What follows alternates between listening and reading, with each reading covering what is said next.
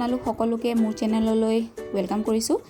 আজি আকৌ মই আপোনালোকলৈ লৈ আহিছোঁ মেচেকা টেঙা আৰু গাহৰি মাংসৰ এটা ৰেচিপি, যিটো বহুত টেষ্টি হয় খাবলৈ। আচলতে ইনকেছ কোনোবাই যদি গাহৰি মাংস নাখায় তেনেহ'লে আপোনালোকে মুৰ্গী মাংসও ল'ব পাৰে। তেনেহ'লে বলক দেৰি নকৰোঁ, ভিডিঅ'টো ষ্টাৰ্ট কৰোঁ। এতিয়া মই গেছত এয়া বহাই দিছোঁ কেৰাহীটো। এতিয়া কেৰাহীটোত মই দি দিম তেল, আৰু এয়া দেখিছে মোৰ তেলখিনি এতিয়া গৰম হৈছে। তো ইয়াতে মই দিম এতিয়া এটা কাটি থোৱা গোটা পিঁয়াজ। তো মই বেছি মিহি কৰা নাই, তো মই এনেকৈ কাটি থৈছোঁ আৰু মই এতিয়া পিঁয়াজখিনি ধুনীয়াকৈ দি দিছোঁ। আৰু এতিয়া পিঁয়াজখিনি অলপমান গল্ডেন ব্ৰাউন হোৱালৈকে ভালকৈ ফ্ৰাই কৰি ল'ব লাগিব।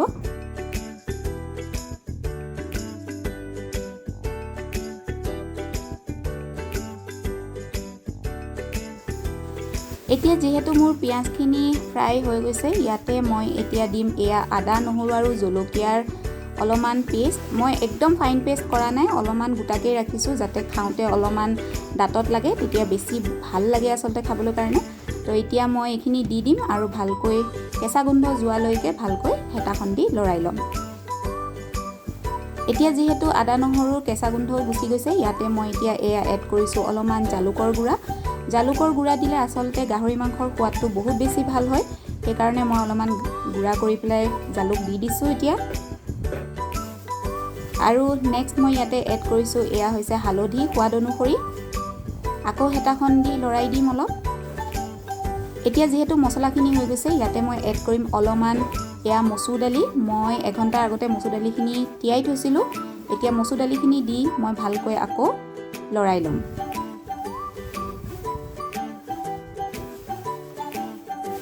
যিহেতু মছলাখিনি তলত লাগি যাব পাৰে, সেইকাৰণে ইয়াতে মই আদা নহৰু পিচি থোৱা যিখিনি পানী আছিলে সেই পানীখিনি অলপমান দি দিম আৰু ভালকৈ এইখিনি লৰাই দালিখিনি অলপ সময়ৰ কাৰণে মই সিজিবলৈ দিম। যিহেতু দালিখিনি সিজোতে অলপ টাইম লাগিব, সেইকাৰণে লাহেকৈ ঢাকনখনো লগাই দিম।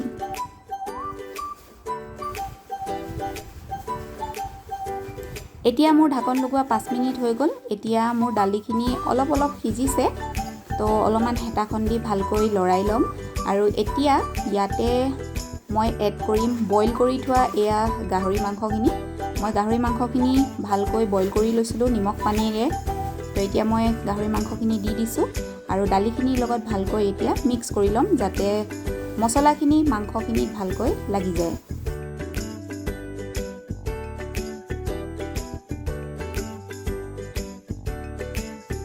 এতিয়া যিহেতু গাহৰিখিনি মই ভালকৈ দালি আৰু মছলাখিনিৰ লগত মিক্স কৰি ল'লোঁ, ইয়াতে মই এতিয়া এড কৰিম অলপমান পানী। যিহেতু আমাৰ দালিখিনি ভালকৈ সিজা নাই, সেইকাৰণে আমি পানী এড কৰিব লাগিব।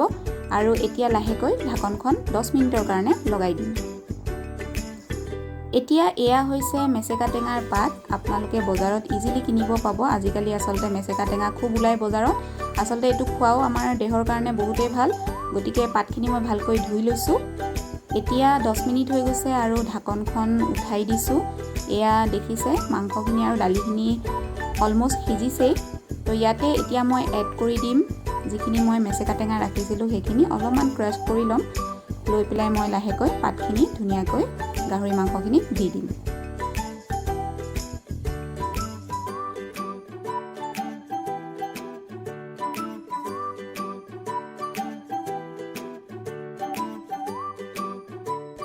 এতিয়া মই গোটেইখিনি মেচেকা টেঙাৰ পাত গাহৰি মাংসখিনি দি দিলোঁ, আৰু এতিয়া মই ভালকৈ পাতখিনি আৰু মাংসখিনি লৰাই ল'ম। হেতাখন দি ভালকৈ মই এয়া লৰাই দিছোঁ আৰু লাহেকৈ এতিয়া ঢাকনখন পুনৰবাৰ 10 মিনিটৰ কাৰণে ঢাকি দিম।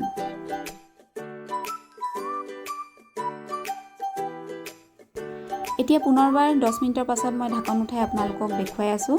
এয়া দেখিছে আচলতে দালিখিনিও ভালকৈ সিজি গৈছে আৰু মেচেকা টেঙাৰ পাতখিনিও আচলতে সিজি গৈছে।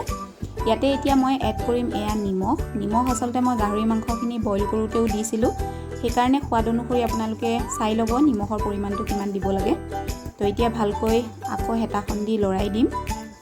ভালকৈ লৰাই পেলাই আকৌ মই পুনৰবাৰ ঢাকনখন লগাই দিম অলপ সময়ৰ কাৰণে, যাতে ভালকৈ সিজে। তো এয়া এতিয়া 10 মিনিটৰ পাছত পুনৰবাৰ ঢাকন উঠাই আপোনালোকক দেখুৱাই আছোঁ। আচলতে মোৰ গাহৰি মাংসৰ কাৰীখন এয়া ৰেডি হৈ গ'ল। ধুনীয়াকৈ গোটেই বস্তুখিনি সিজি গৈছে আচলতে। এতিয়া মই বাটিত ওলাই আপোনালোকক ফাইনেল ৰিজাল্টটো দেখুৱাই আছোঁ। So hey viewers, here is the final result. এয়া আপোনালোকে চাব পাৰে মোৰ মচুৰ দালি, মেচেকা টেঙা আৰু গাহৰি মাংসৰ কাৰীখন ৰেডি হৈ গ'ল। আৰু আপোনালোকে দেখিছে মই বহুত কম মছলা ইউজ কৰি এই কাৰীখন ৰেডি কৰিছোঁ। আৰু মই আগতেও কৈছোঁ, যিসকলে গাহৰি মাংস নাখায় সেইসকলে গাহৰি মাংসৰ সলনি মুৰ্গী মাংস দি এই কাৰীখন বনাব পাৰে। মুৰ্গী মাংস দি বনালেও আচলতে বহুত বেছি টেষ্টি বনে। তো আশা কৰিলোঁ আজিৰ যিটো ৰেচিপি ভিডিঅ' সেইটো চাই আপোনালোকে ভাল পালে। তেনেহ'লে ঘৰত এবাৰ নিশ্চয় ট্ৰাই কৰি চাব। আজিলৈ আহিছোঁ তেনেহ'লে এটি নতুন ভিডিঅ'ত পুনৰ লগ পাম। তেতিয়ালৈকে হাঁহি থাকক, সুস্থ থাকক আৰু মনত ৰাখিব, লাভ ইয়ৰ চেল্ফ হামেশা।